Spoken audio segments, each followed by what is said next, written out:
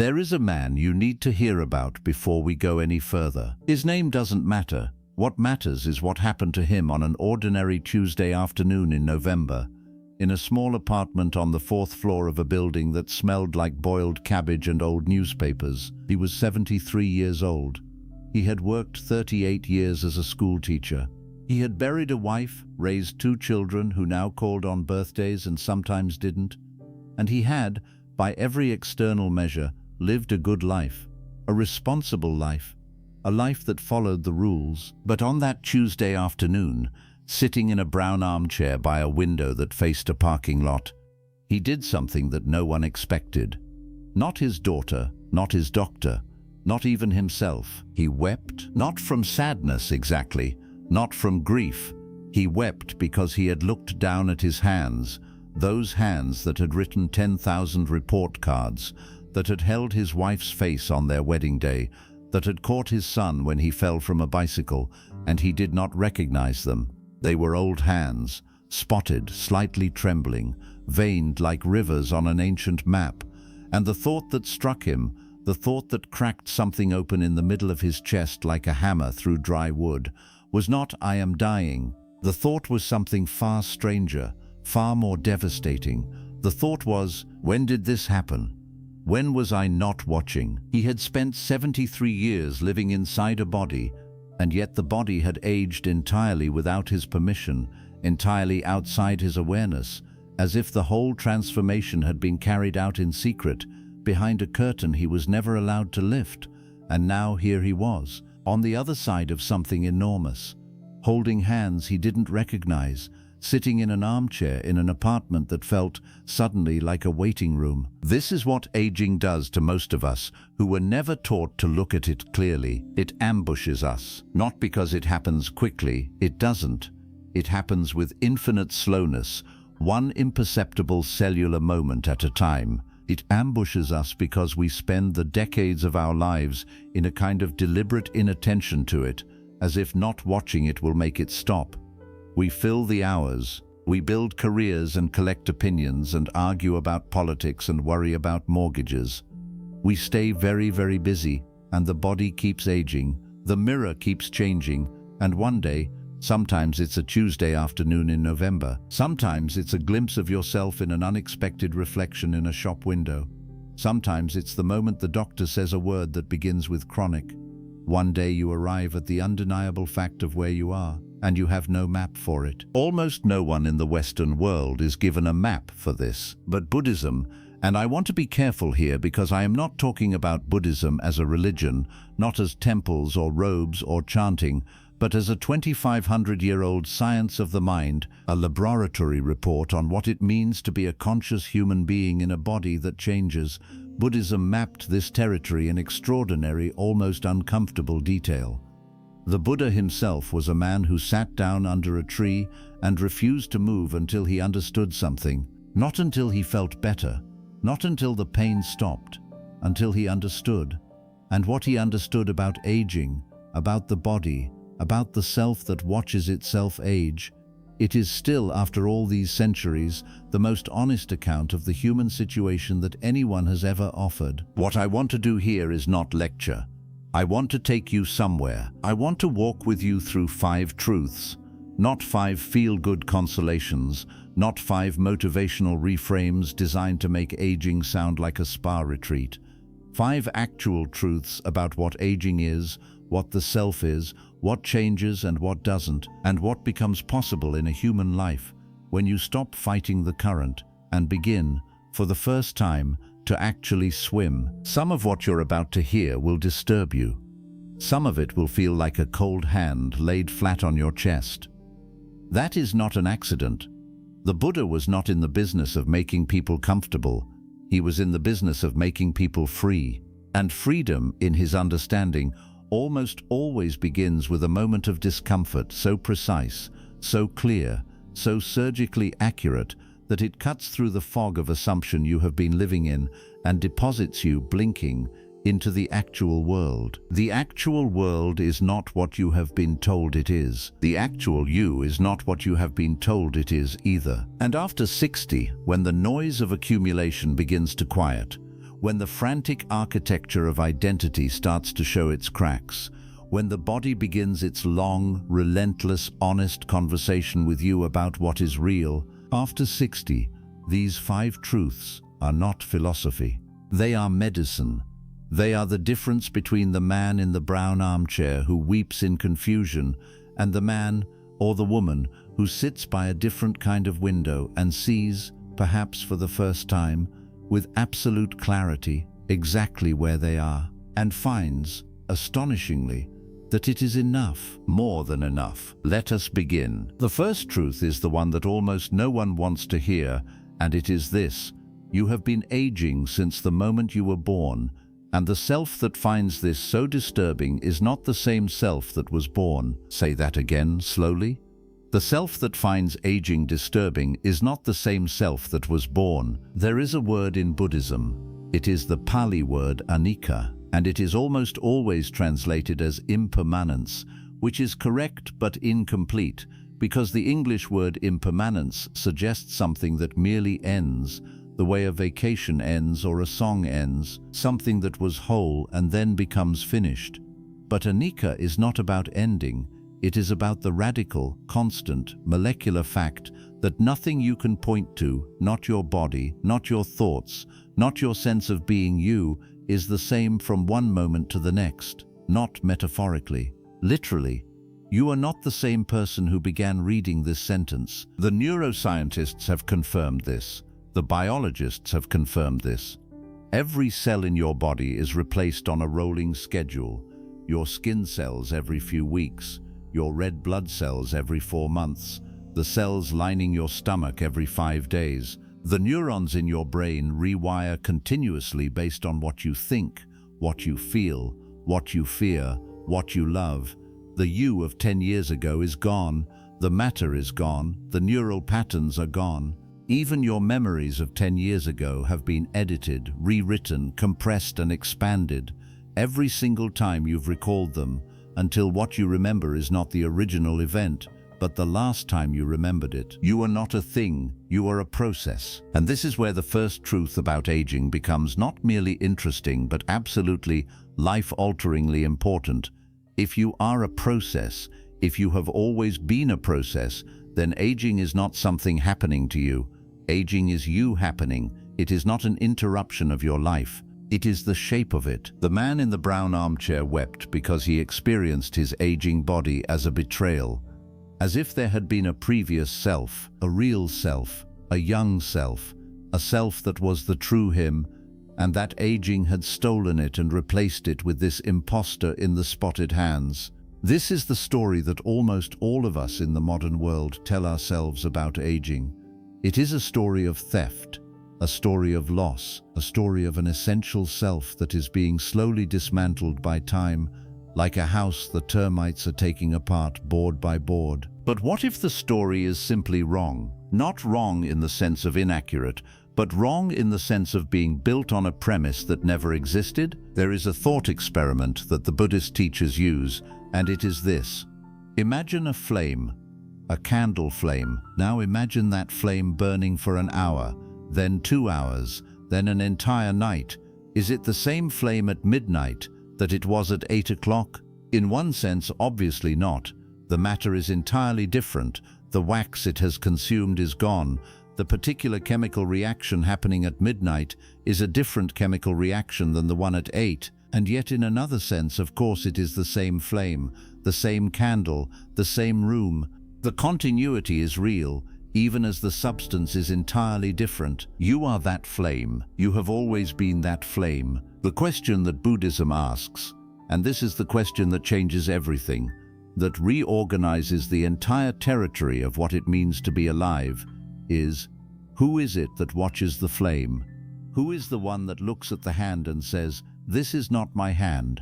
Who is the one in the brown armchair who weeps? Because that one, that watching, aware, noticing presence, what has happened to it? Has it aged? Think about this very carefully. Your body has aged. Your memories have multiplied. Your opinions have shifted. Your preferences have transformed. You like different music, different foods, different kinds of silence than you did at 30. And yet there is something in you, and you know exactly what I'm pointing at, even if you have no name for it, something that has been present for all of it, something that was present when you were 8 years old, lying in the grass watching clouds, something that was present when you fell in love for the first time, something that was present in your greatest joy and your worst sorrow, and every ordinary Wednesday in between, something that has never, not once, not for a single moment, felt old. The Tibetan Buddhist teacher Chogyal Namkhai Norbu once said something that stopped his students cold. He said, "The nature of mind is like the sky. Clouds pass through it. The sky itself is never touched. Your body is the clouds. Your thoughts are the clouds. Your opinions, your memories, your very sense of a continuous self is the clouds. But the awareness in which all of that arises, the sky-like quality of pure knowing, of simply being aware, of being the witness rather than the witnessed, that is not aging, that cannot age, because it was never born in the same sense that your body was born. It has no matter, it has no neurons to deteriorate. It is the space in which deterioration happens, not the thing that deteriorates. This is the first truth, and it is immense.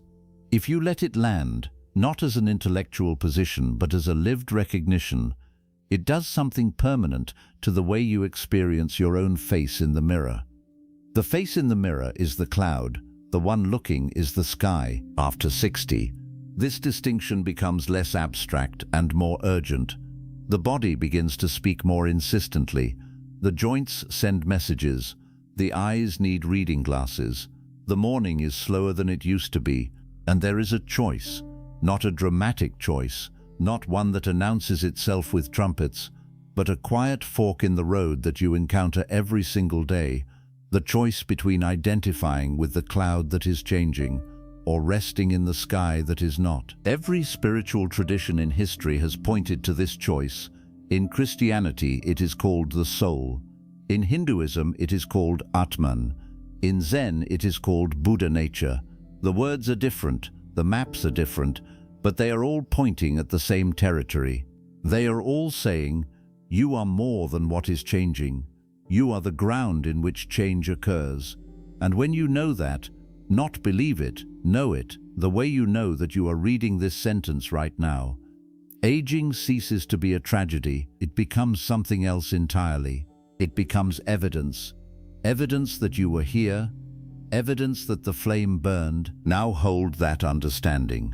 We are going to add to it. The second truth is this: almost all human suffering, not just the suffering of aging, but the particular grinding, exhausting suffering that so many people feel after 60, is caused not by what is happening, but by resistance to what is happening. Read that carefully.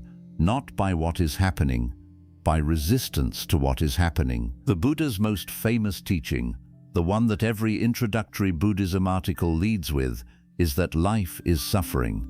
And this translation is, I want to tell you plainly, a disaster. It is not wrong exactly, but it is so incomplete as to be nearly useless, and worse, it has given generations of Westerners the impression that Buddhism is a philosophy of misery, of gloom, of sitting in a dark room contemplating how terrible everything is. This could not be further from the truth. The word the Buddha actually used was dukkha, and dukkha is not suffering in the way that a broken leg is suffering. Dukkha is something far more subtle. The word literally refers, in its original usage, to a wheel whose axle hole is slightly off-center. The wheel turns, it functions, but it never turns quite smoothly. There is always a tiny, constant vibration of wrongness, a persistent, subtle friction between the way things are and the way the wheel believes they should be. This is dukkha. This is what the Buddha identified as the central condition of unawakened human life. Not catastrophe, not tragedy, just the constant, barely conscious friction between reality and preference. The gap between what is and what we want it to be. And for aging people, for people who are 60, 70, 80, 90, this friction has a very specific shape. It is the friction of comparison, the comparison between this body now and that body then, the comparison between what you could do at 40 and what you can do now, The comparison between the life you imagined you would have by this age and the life you actually have. The comparison between the person you were going to become and the person you actually became. This comparison, which happens in most aging people dozens of times a day, often below the threshold of conscious awareness, is dukkha. It is the off-center wheel, and the exhausting thing, the thing that wears people down to something hollow by their 70s, is not the physical decline itself. It is the comparison, the resistance, the friction. The Buddha did not say suffering exists.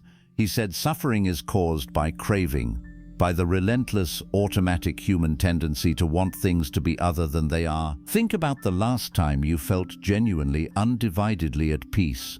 Not happy in the sense of excited, not pleased or entertained, but that deep, quiet peace that sometimes descends in certain moments. The particular stillness of a morning when you wake up before the thoughts begin, the moment after a long walk when you sit down and feel completely still inside, the rare conversation that goes somewhere real. In every single one of those moments, something has been temporarily suspended. Can you feel what it is? It is the comparing, the wanting, the friction of this should be different. When comparison stops, even briefly, what is left is not nothing. What is left is extraordinary. What is left is this, precisely this, just this, with a vividness and completeness that is almost overwhelming after a lifetime of seeing everything through the filter of what it should be instead. Zen Buddhism has a phrase: before enlightenment, chop wood, carry water. After enlightenment, chop wood, carry water. The activities are identical, the external circumstances are identical. The difference is entirely interior. It is the difference between doing those activities with the constant background noise of judgment. This is hard, this is not what I wanted, this is below me, this is temporary, this is wrong, and doing those same activities in a state of pure, unfiltered presence, in which chopping wood is just chopping wood, and carrying water is just carrying water, and both are complete, and neither needs to be anything else. After 60, this teaching has a particular edge to it, because after 60, many of the things you used to use to avoid the present moment are no longer available. You cannot drown the present in ambition the way you could at 35. The career ladder stops extending. You cannot lose yourself entirely in the raising of children. They are grown. The frantic social calendar of midlife quiets, and what you are left with, increasingly, is the unmediated fact of your own existence. The texture of a Tuesday afternoon, the light through a window, the sound of your own breathing. For people who have spent 60 years running from that unmediated fact, this quiet can feel like punishment, like being stranded, like the noise has stopped, and now there is only an enormous, terrifying silence in which they are forced to be alone with something they have been avoiding their entire adult lives. For people who understand this second truth, for people who have understood that the suffering was never in the silence, never in the present moment, never in the bare fact of existence, but always and only in the friction between what is and what should be, for those people, the quiet of later life is not punishment. It is the gift they have been waiting for without knowing they were waiting. It is the arrival, finally, at the only place they were ever actually trying to go. There is a Zen story, and I want to pause here and tell it to you properly because it is one of the most devastating short stories in any spiritual tradition, and its devastating quality is entirely its point. A man goes to a Zen master and says, "I am suffering. My life is full of difficulty. My back hurts constantly. My children are ungrateful. My business is failing. My wife and I don't speak the way we used to. I am tired all the time. Tell me what to do." The Zen master says, "I cannot take away your difficulties, but I can tell you this. You have 83 problems." The man blinks. 83? "Yes," says the master. 83 problems. You will solve some of them, and new ones will appear. You will fail to solve others, and they will remain. Some will solve themselves. But at any given moment, you will have approximately 83 problems. The man is frustrated. He says, "But what is the point of your teaching then? "What are you offering me?" And the master says, "My teaching is about the 84th problem." The man stares. "What is the 84th problem?" The master says, "The 84th problem is that you don't want to have any problems." Sit with this for a moment, because this is the entire thing. This is the complete architecture of unnecessary human suffering, revealed in a story short enough to fit on a napkin. The problems, the back pain, the difficult children, the failing business, the quiet marriage, the fatigue of aging, those are reality. Those are the 83. Some of them will yield, most of them won't. But the suffering, the particular grinding suffering that makes a person feel like their life is fundamentally, cosmically wrong, that comes from the 84th. From the bedrock refusal to accept that this is what a human life contains. The second Buddhist truth about aging says, put down the 84th problem. Not because your problems aren't real, not because difficulty doesn't matter, but because the resistance to reality does not change reality, it only changes you. It does not shrink the pain of the arthritic knee, it adds to it a layer of bitterness, of "this shouldn't be," of constant internal warfare against the simple fact of a knee that hurts. It does not restore the vision that has dimmed, it adds to the experience of limited vision a superstructure of grief for the vision that was, a grief that is woven so tightly around the present experience that the person can no longer perceive the present experience at all. They can only perceive the loss. What Buddhism offers instead is not forced positivity, not the toxic cheerfulness of everything happens for a reason or just be grateful. What Buddhism offers is something far more radical and far more demanding, the complete unconditional willingness to let what is be what it is, to look at the aging body not through the lens of what it was or what it should be, but with a clear, open, unjudging gaze that says, this is what is here, this knee, this morning stiffness, this quieter life, this smaller world. And to discover, and this is the discovery that has been sitting at the heart of Buddhism for 2.5 millennia, to discover that when you stop fighting the present moment, when you genuinely release the 84th problem, what remains is not defeat. What remains is peace. A peace so deep and so unshakable that it cannot be touched by an aching knee or a failing body or the passing of youth, because it was never located in the knee or the body or the youth. It was located the whole time in the awareness that is watching all of it, in the sky, not the cloud. The third truth is the one that the culture you live in has worked very hard to make invisible, and it is this: everything you have accumulated, not just your possessions, but your roles, your reputation, your image of yourself, your carefully constructed identity, was always borrowed. And the years after 60 are the years when you begin to return what you borrowed. Let me explain what I mean. For most of a human life, we are in the business of building a self. This is not a pathology.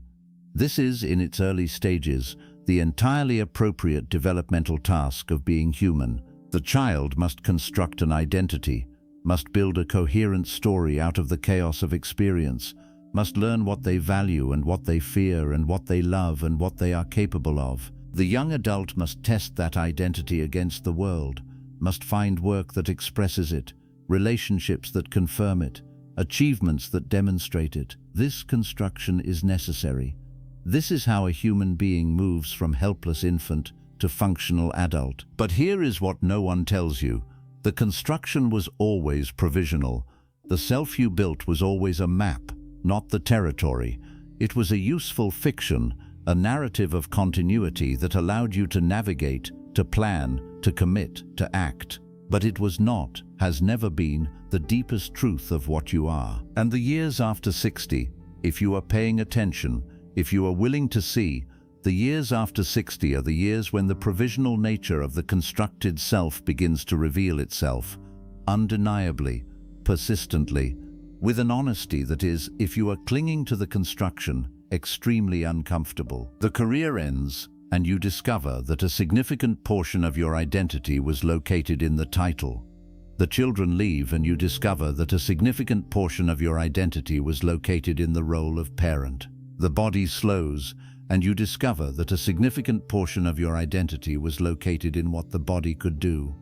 Friends die, and with each death, a piece of the shared history that constitute your story goes with them. The culture shifts, and you discover that your references, your humor, your frame of reference belong to a world that the young look at the way you once looked at the stories your grandparents told, with polite interest and a quiet sense of incomprehension. In Buddhism, this process, the process of the constructed self becoming less tenable as life proceeds, is not a crisis, it is not a disease, it is the most natural thing in the world, and in the right understanding, it is not a loss but an emancipation. The technical term in Buddhism for the constructed self is anatta, often translated as no self, and it is the most misunderstood teaching in the entire tradition.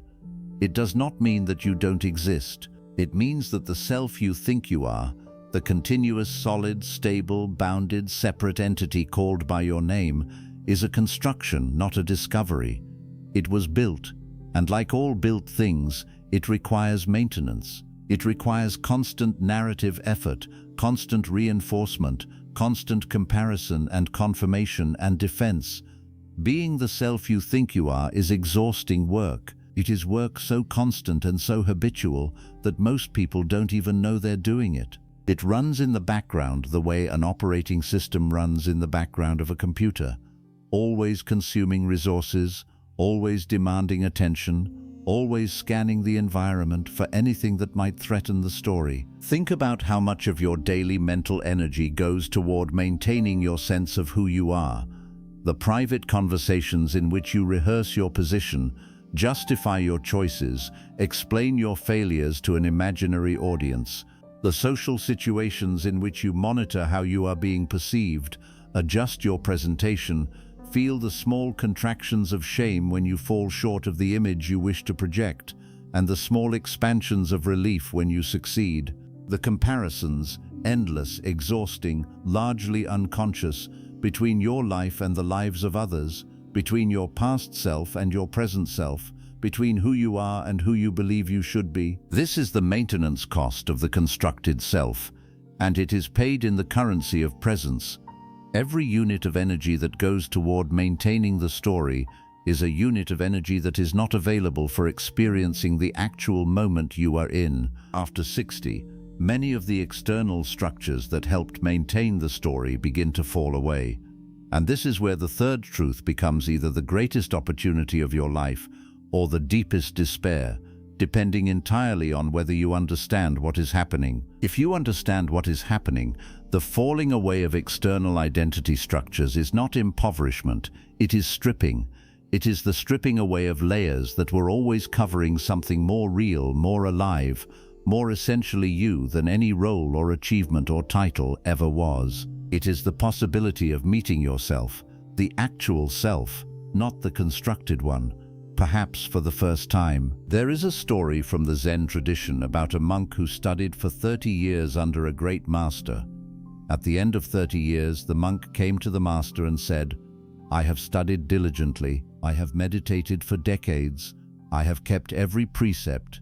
Tell me, what is my Buddha nature?" The master said, "What would be left if I took everything from you?" The monk did not understand. He said, "But you have taken nothing from me." And the master said, "Exactly. What would be left if you took away the name, the history, the accumulation of opinions and preferences and achievements and failures?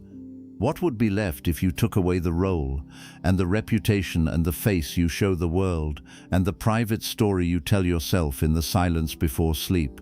What would be left if you took away even the memories, the relationship to the past? Something would remain. Something is always there, under every layer. Something that was there before you had a name, and will be there after every layer has been stripped away. The Buddhists call it Buddha nature. The Quakers call it that of God in every man. Meister Eckhart, the Christian mystic, called it the ground of the soul. Ramana Maharishi, the great Hindu sage, just called it I, plain, simple, the bare fact of being aware. The unreducible witness. After 60, life begins to offer you the opportunity to stop identifying with the layers and start resting in the ground. This is not something that happens automatically. It is not something that happens because you get old. Old people can be just as desperately, tragically identified with their self-image as young people can. More so sometimes because the self-image is more threatened and therefore defended more fiercely. But the opportunity is there in a way it was not there at 30, because the scaffolding is coming down whether you want it to or not, and you can either cling to the scaffolding as it falls, or you can discover that the building it was surrounding was, all along, not a building at all. There is a teaching in Tibetan Buddhism about what they call the bardo, the threshold state, the in-between.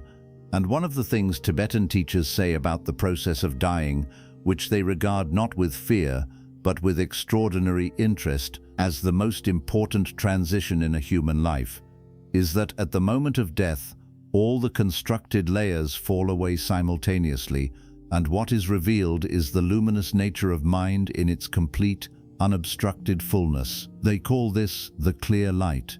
And they say that for a person who has never practiced, who has spent their entire life identified with the constructed self, this revelation is so overwhelming, so utterly unlike anything they have known, that they cannot remain in it. They contract back into habit, into the familiar patterns of self-construction, and the cycle continues. But for a person who has practiced, who has, through meditation and contemplation and genuine inquiry, become familiar with the ground of awareness beneath the constructed self, for that person the clear light is not overwhelming, it is recognition, like coming home to a place you have always lived but somehow never quite noticed until now. After 60, if you are willing, you can begin that practice without waiting for death to strip the layers from you.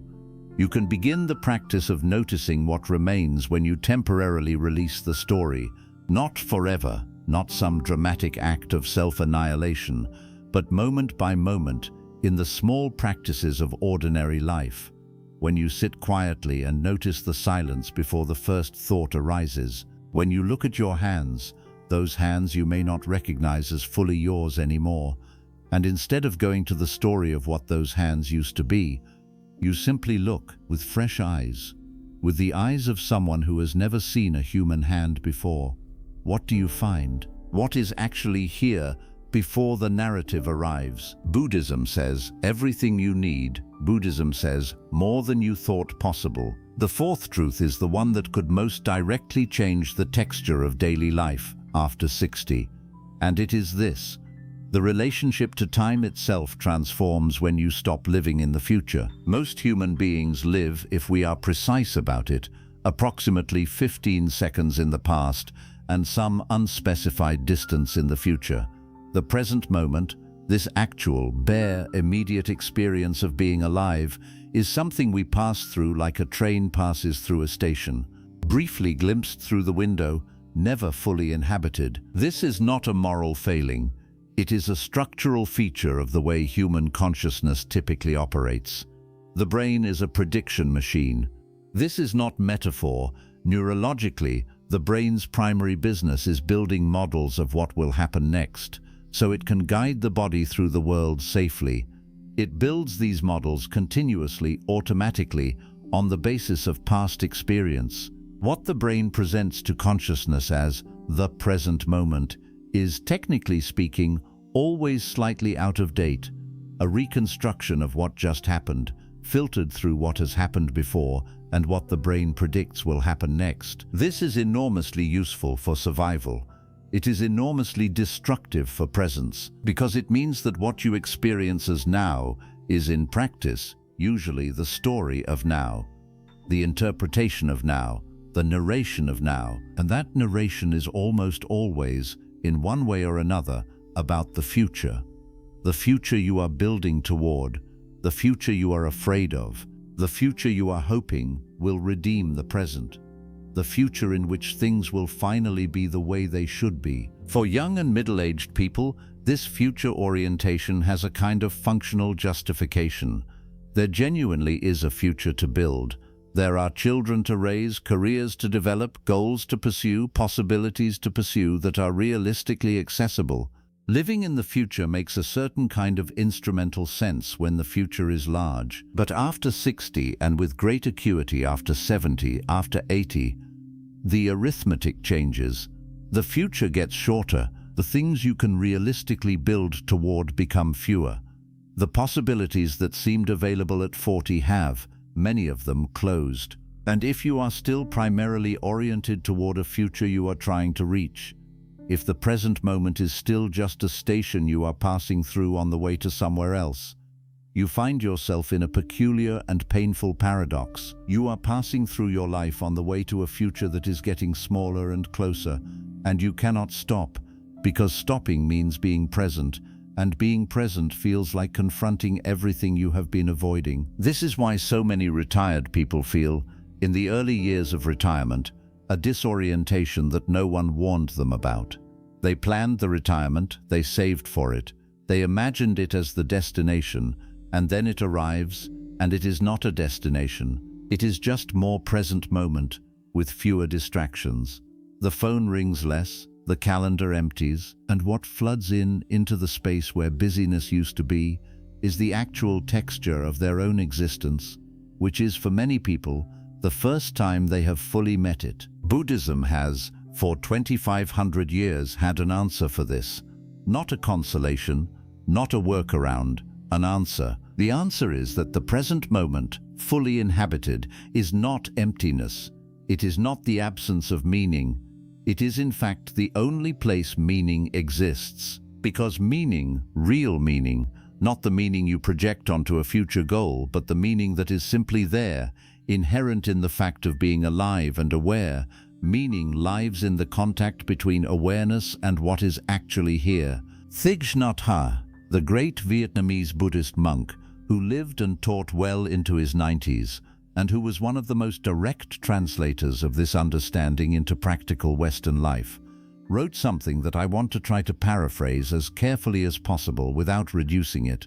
He pointed to the way that the mind is almost always thinking about something other than what it is actually doing. When we are washing dishes, we are thinking about the conversation we need to have. When we are eating, we are planning the afternoon. When we are walking, we are rehearsing an argument. And what Thich Nhat Hanh said, what he said with the absolute simplicity that only very profound things can afford, was, while you are washing the dishes, wash the dishes. 3 words that contain a complete philosophy of life. Because here is what happens when you actually wash the dishes. When you bring your full, undivided, unjudging attention to the sensation of warm water, to the weight of the plate, to the rhythm of the motion, to the simple fact of doing this one thing, now, completely, what happens is not boredom. What happens is not the diminishment that our productivity-obsessed culture says you should feel when you are only washing dishes. What happens is that the present moment reveals itself, and the present moment, revealed without the overlay of past and future, is not flat, it is not thin, it is not the waiting room where you sit until something important happens. It is vivid, it is full, it has a quality, and this quality has been described by every contemplative in every tradition who ever wrote about it. A quality of aliveness, of presence, of quiet radiance that is simply not accessible from inside the story of past and future. After 60, the invitation to inhabit the present moment is not just spiritual advice. It is a physiological and psychological necessity for well-being. The research is unambiguous on this. Mindfulness practices, which are, at their core, practices of deliberately inhabiting the present moment, consistently and significantly reduce anxiety, reduce depression, reduce the experience of chronic pain, improve sleep, improve immune function, and increase what researchers measure as life satisfaction, not because they change the external circumstances of a person's life, because they change the relationship between awareness and experience. And here is the particular gift that aging offers, if you are willing to receive it. The future is less insistently demanding. The biological urgency of building career, building family, building legacy, building security has to varying degrees quieted. The animal drive toward a next thing is less fierce than it was at 30. And in that quieting, there is space, there is room, there is the possibility of stopping, genuinely stopping, not as a failure but as an accomplishment, and discovering that stopping does not result in emptiness. It results in arrival. The Zen tradition speaks of beginner's mind, the quality of meeting each moment as if for the first time, without the accumulated weight of assumption and interpretation, without the lens of "I've seen this before" through which we typically process experience. Children have this naturally. It is why children can be completely absorbed in a puddle for 20 minutes, completely captivated by the sound of their own voice, saying a new word, completely present to the world in a way that adults watch with wistfulness and slight incomprehension. The tragedy is that most adults believe beginner's mind is something they had and lost. The Buddhist teaching is that beginner's mind is something you had, temporarily obscured, and can rediscover, and the years of later life, stripped of the future orientation that obscured it, stripped of the urgency that kept attention locked in planning and worrying and strategizing, those years are, paradoxically, among the most fertile years for rediscovering beginner's mind. The puddle is still there.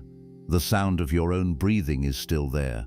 The quality of morning light through a window, the particular weight of silence in a room, the unrepeatable, specific flavor of this moment, this one, just this, it is all still there.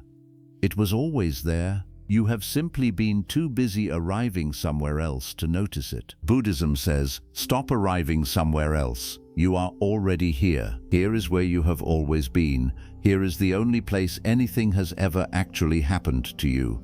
And here, fully inhabited, fully received, fully met, is more than enough. The fifth truth is the most subtle, and the most strange, and also the most liberating. It is this: death is not the opposite of life. Death is the opposite of birth. Life has no opposite. Let me stay with this for a moment because it is so counterintuitive, so violently contrary to the way the modern world thinks about aging and death, that it requires approach from several directions before it can be fully received. We live in a culture that treats death as a failure. Not officially. Officially, every culture acknowledges that death is inevitable. But practically, emotionally, structurally, practically we treat death as the event that defines everything that precedes it. The whole arc of a life is understood backward from its ending. A life was successful or unsuccessful based on what it accumulated before death and how long it managed to hold death off. The quality of medicine is measured largely by how far it can push back the date of death. The quality of a retirement is measured by how much activity can be packed into the years before death prevents further activity. Death hovers over the entire second half of a human life like a creditor, and aging is the increasing awareness of how large the debt has become. Buddhism looks at this and says, you have fundamentally misidentified the problem. The problem is not death. The problem is the belief that you are the thing that dies. Let me try to make this concrete rather than abstract, because this is too important to remain in the realm of philosophy. The Buddha's original diagnosis of the human situation was built around a question that he asked with extraordinary precision: what is it exactly that suffers? Not what causes suffering, he addressed that too, but what is the thing that is suffering? What is the subject of dukkha? And his answer was, the thing that suffers is the self-concept, the story, the constructed narrative of a continuous, bounded, separate self. That is the thing that dreads death. That is the thing that fights against the passage of time. That is the thing that looks in the mirror and says, this is not me. But if, as the third truth pointed toward, the constructed self is not the deepest truth of what you are, if beneath the construction there is an awareness, a knowing, a presence that was there before the story was built, and that remains when the story is temporarily suspended, then who is it exactly that is afraid of dying? The awareness that is reading this sentence right now. Has it ever been born? Can you find a moment when it arrived? Can you identify a day when this awareness, this basic knowing, this bare presence did not exist? You can find when your body began. You can point to a birth date, to a hospital, to a mother and a father. But the awareness, the space of knowing itself, when did that start? Ramana Maharshi, whom I mentioned earlier, was one of the most direct teachers of this inquiry. and he proposed a practice as simple as it is terrifying in its implications. He proposed sitting quietly and asking, with complete sincerity, "Who am I?" Not as a philosophical question, not as an invitation to recite a biography, as a genuine inquiry into the nature of the one who is asking. And what he said, what every teacher in every tradition who has performed this inquiry carefully has reported, is that when you look for the self, you cannot find it. Not as an object, not as a thing. You find awareness, you find knowing, you find presence, but you cannot find a bounded, solid, separate self in the way that the story insists you are one.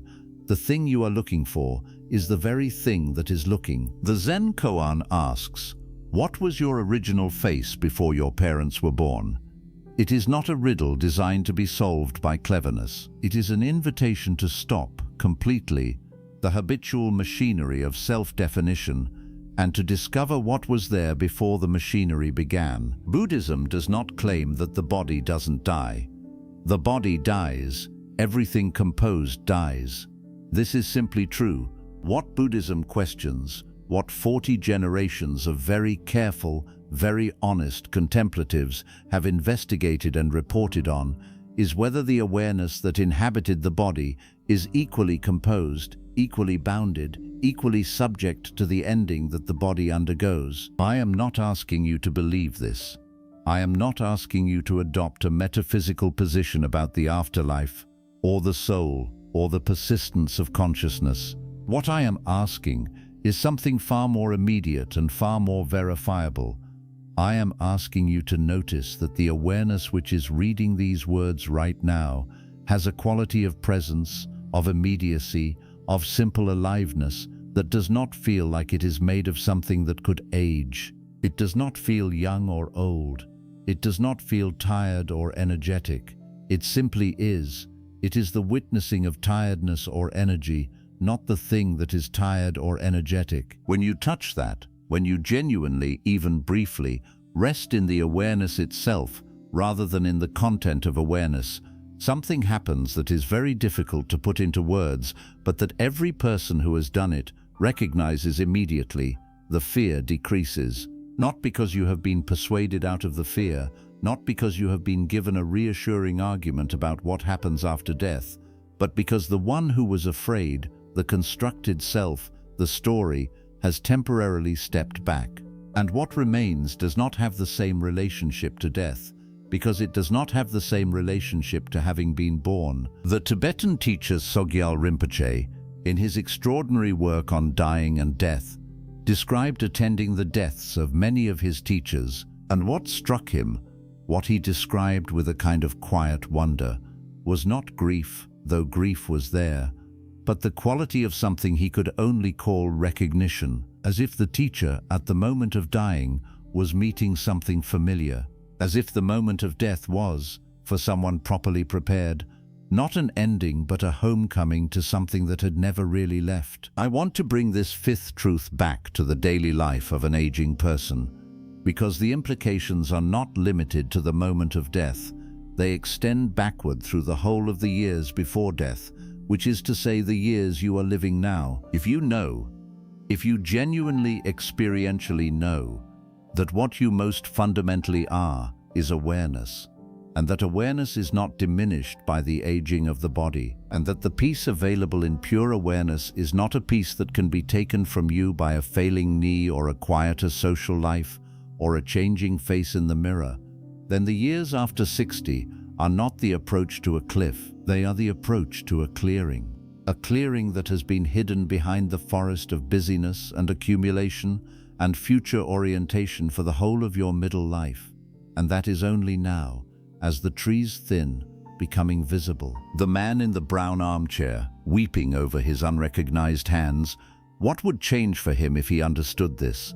What would change if, instead of looking at those hands as evidence of what was lost, he looked at them as the hands of a witness, the hands of someone who had seen 30,000 mornings, who had held other hands in grief and joy, who had written and built and given and received, not the diminished remnant of young hands, but the records of an enormous, unrepeatable, specific life, the life of exactly this person and no other, written in the map of skin and bone, and the slight trembling that comes from 73 years of being alive? What if the real invitation of aging, the invitation that Buddhism has been extending through 25 centuries and countless teachers and an uncountable number of human lives, what if the real invitation is not to defeat aging, not to transcend it, not to make peace with it grudgingly, but to recognize it as what it actually is, the progressive revelation of what you always were, the stripping away, layer by layer, of everything that was never essentially you, the long, gradual,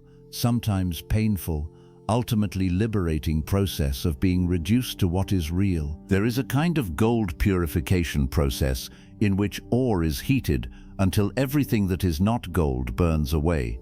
What is left is not what remains after the destruction, it is what was there all along, liberated from everything that was obscuring it. This is aging, rightly understood. This is what Buddhism has been trying to tell you about the years after 60 for 2,500 years. You are not less than you were. You are more revealed, more essential, more precisely and accurately yourself. Now I want to do something unusual. I want to stop talking about Buddhism and talk about the actual texture of daily life after 60, because the 5 truths we have explored are not philosophical positions to be adopted and filed away. They are living practices. They are ways of moving through Tuesday afternoons and morning stiffnesses and quiet houses and children who call on birthdays. They are ways of being in a body that is changing, in a world that keeps moving, in a life that is, in the most literal sense, unrepeatable. The man in the brown armchair is still in that armchair. He has not transformed. The hands are still the same hands. The parking lot is still the same parking lot. The apartment still smells like boiled cabbage and old newspapers.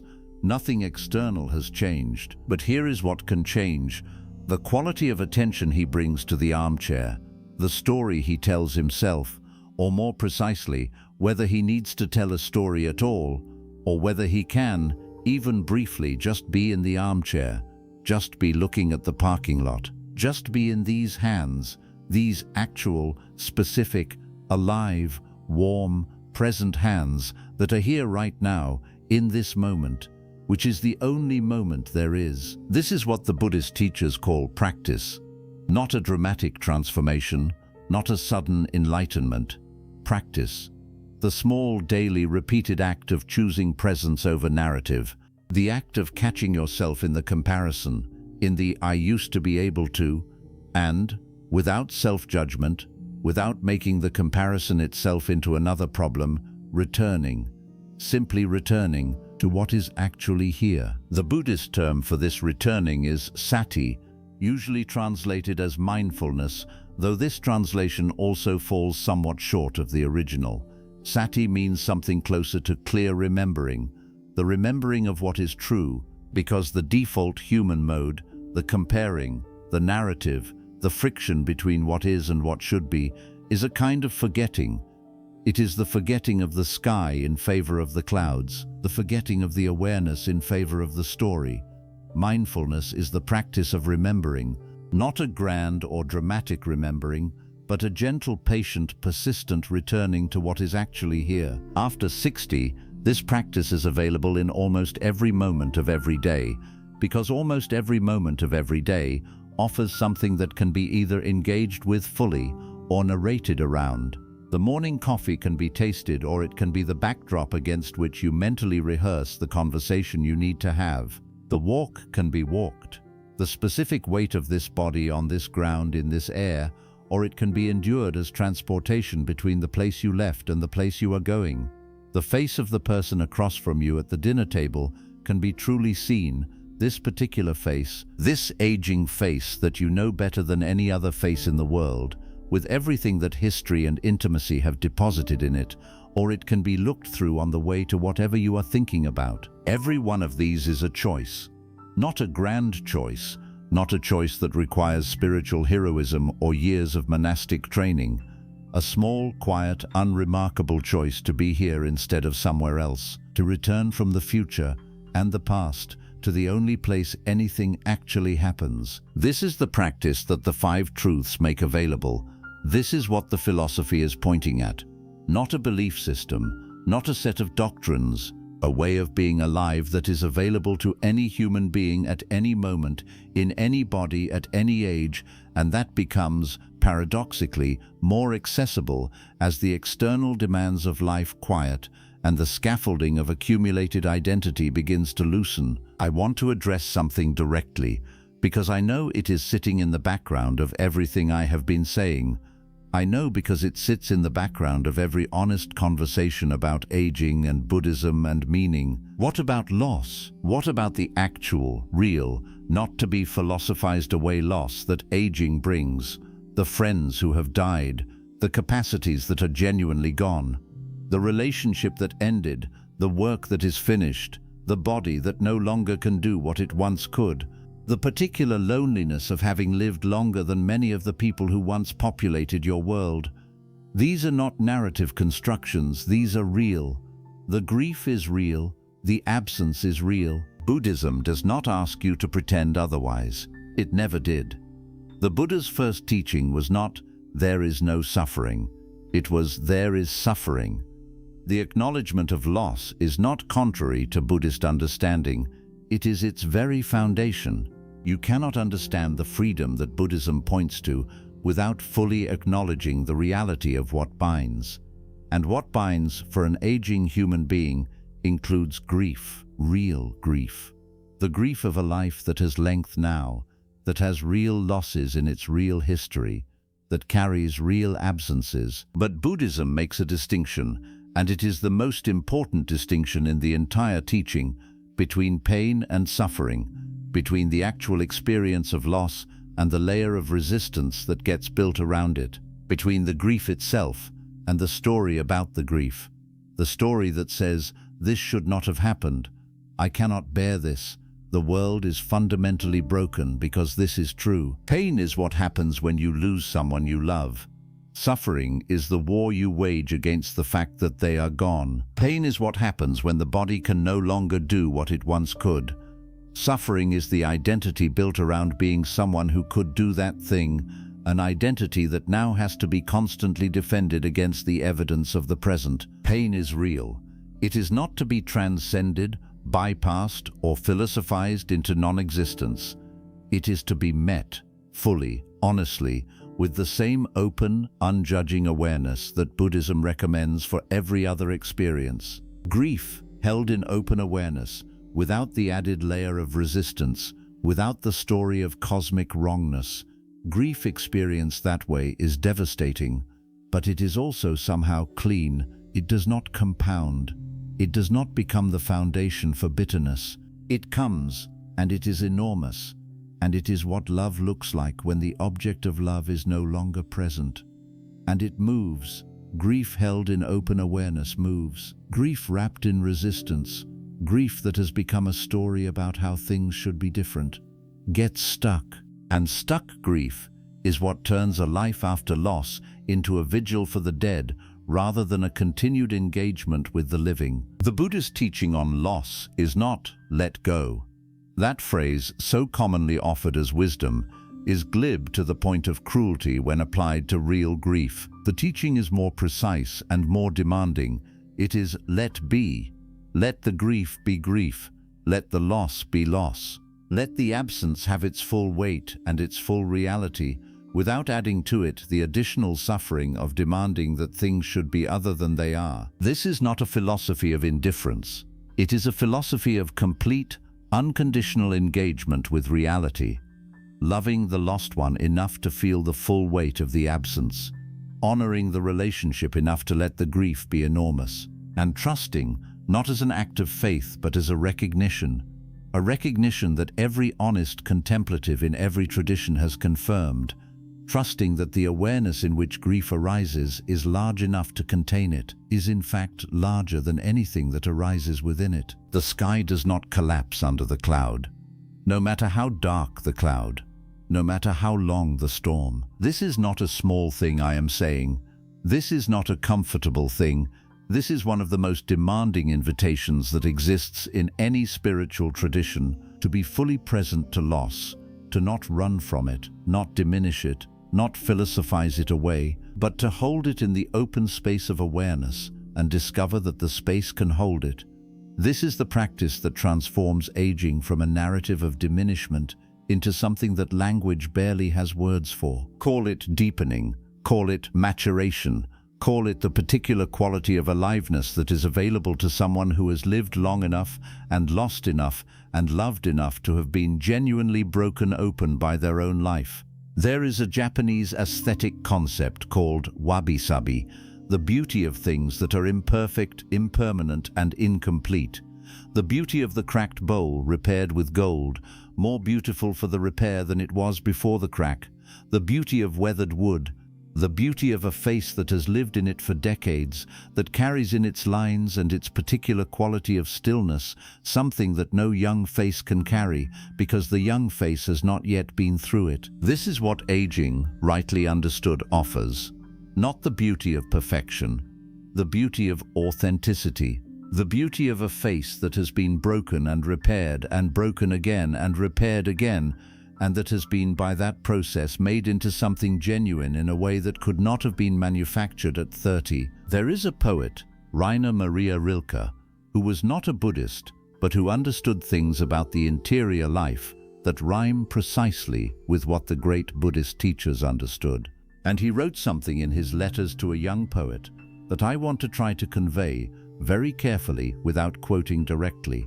He wrote about the importance of living the questions rather than seeking the answers, of moving patiently through experiences that you do not understand, trusting that life, if you let it do its work, will eventually carry you into the answers not by explanation, but by lived experience. This is, I think, the most complete account of what the years after 60 can be for someone who has understood the 5 truths. Not a time of answers, no time of life comes with answers, not a time of resolution or completion, but a time of moving with increasing patience and decreasing resistance into the questions that matter most. What am I, essentially? What was here before the story? What remains when everything borrowed is returned?